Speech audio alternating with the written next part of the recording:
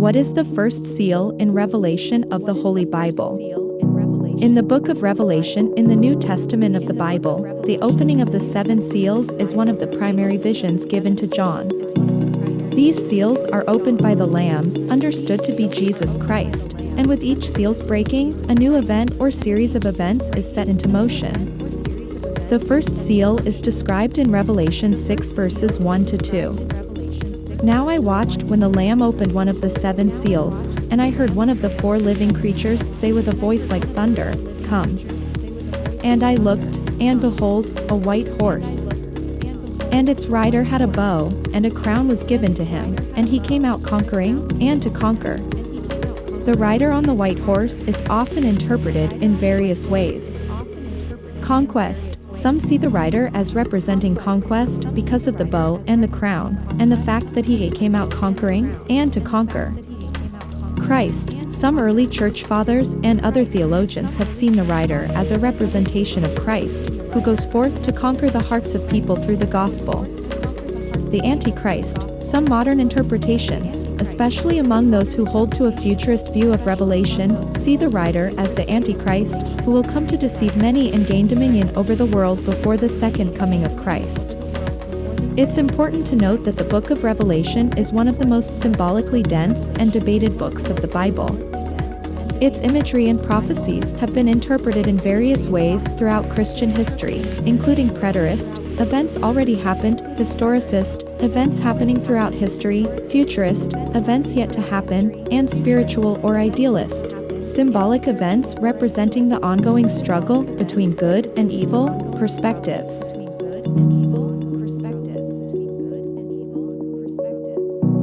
What is the second seal in Revelation of the Holy Bible?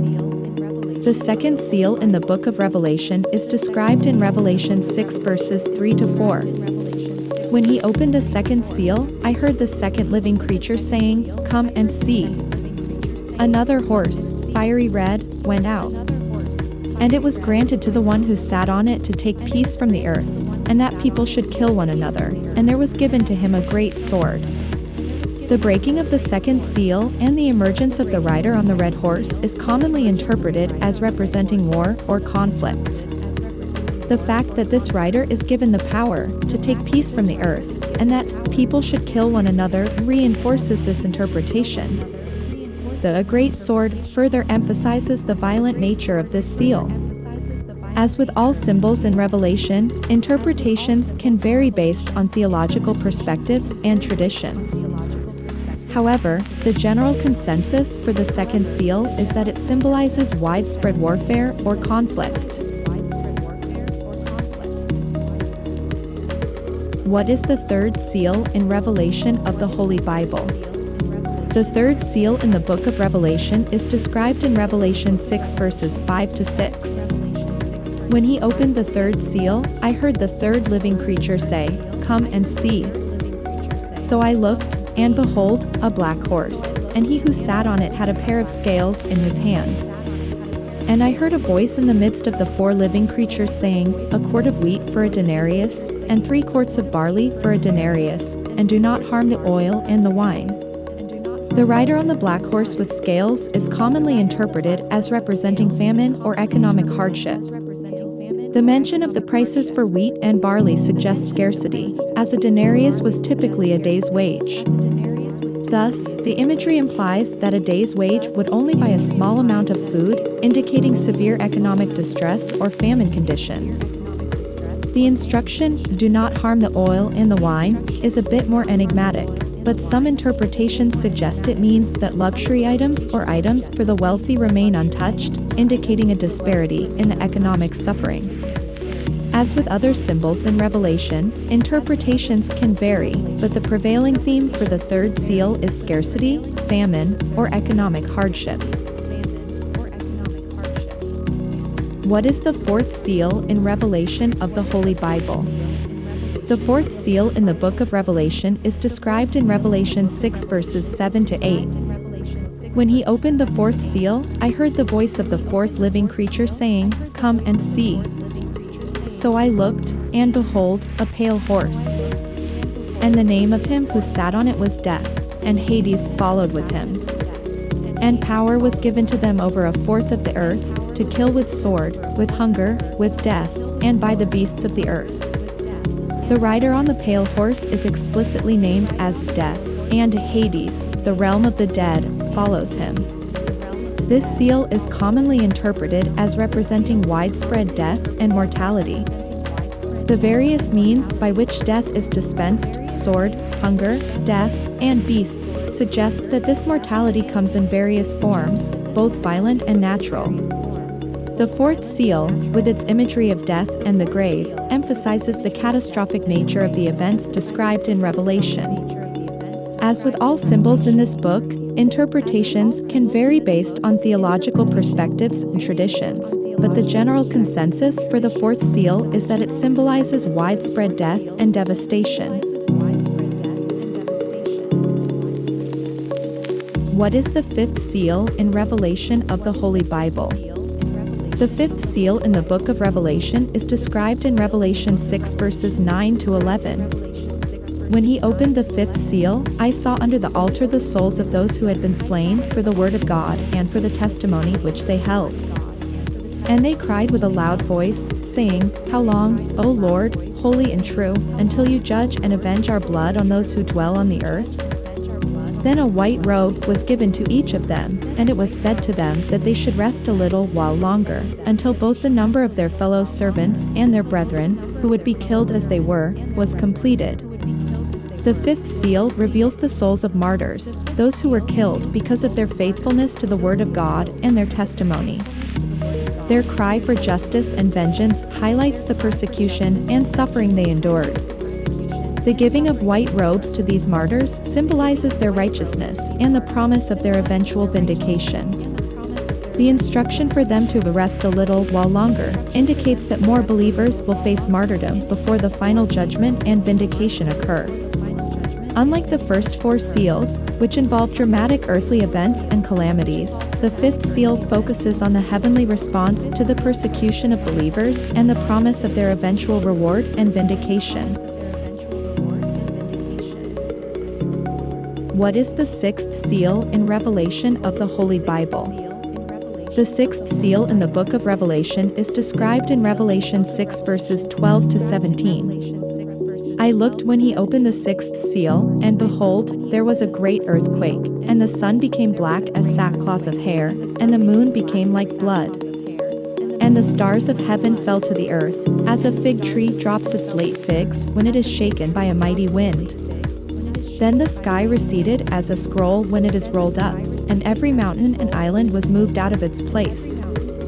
And the kings of the earth, the great men, the rich men, the commanders, the mighty men, every slave and every free man, hid themselves in the caves and in the rocks of the mountains, and said to the mountains and rocks, Fall on us and hide us from the face of him who sits on the throne and from the wrath of the Lamb. For the great day of his wrath has come, and who is able to stand?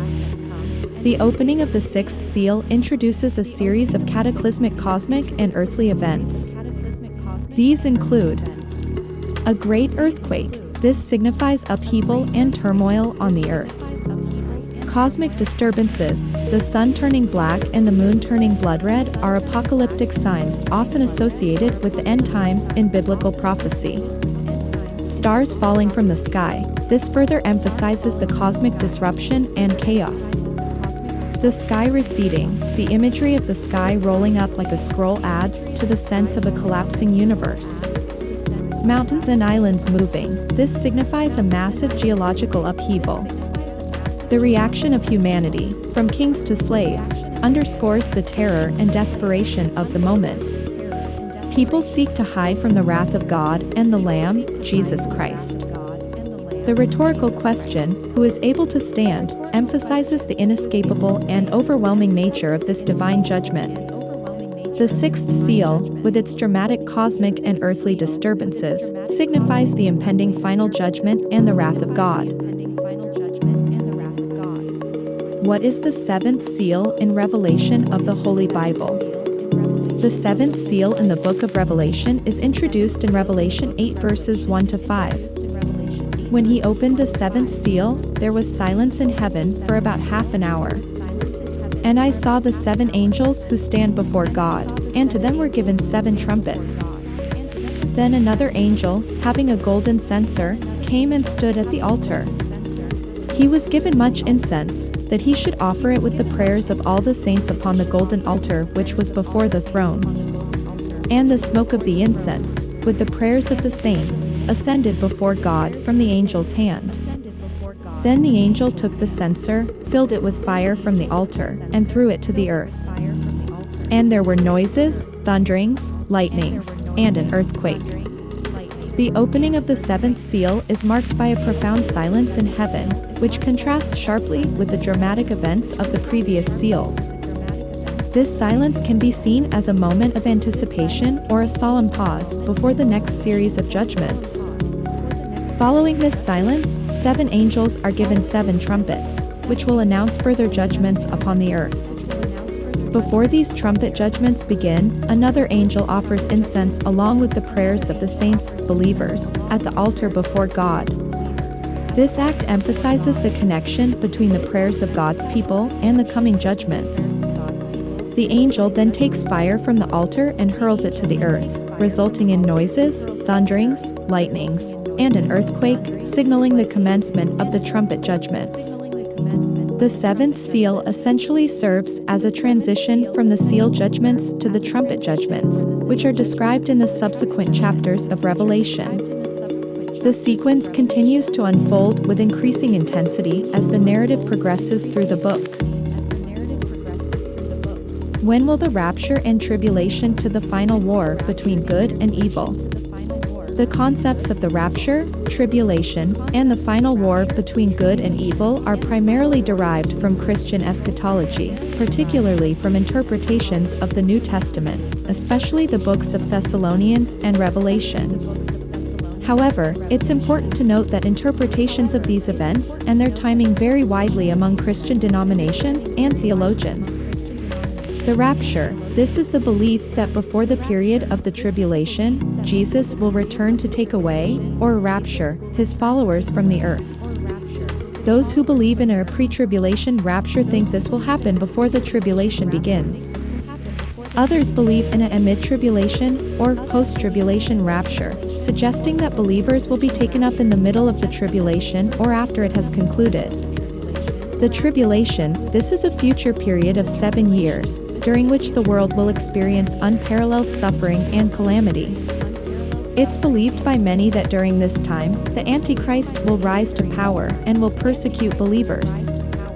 The final war, often referred to as the Battle of Armageddon, this is the prophesied final conflict between the forces of good and evil. It will culminate in the defeat of the Antichrist and the establishment of Jesus' millennial reign on earth. As for the timing of these events, the Bible does not provide specific dates. Jesus himself said in the Gospels, "But about that day or hour no one knows, not even the angels in heaven, nor the Son, but only the Father." Matthew 24 verse 36. Throughout history, many have tried to predict the dates for these events, but all such predictions have so far been incorrect. It's generally advised by mainstream Christian theologians to be wary of date setting and instead to live a life of readiness and faithfulness, regardless of when these events might occur. If you're interested in these topics, it's beneficial to study them in depth, perhaps with the guidance of a knowledgeable pastor or theologian, and always with an open and discerning mind.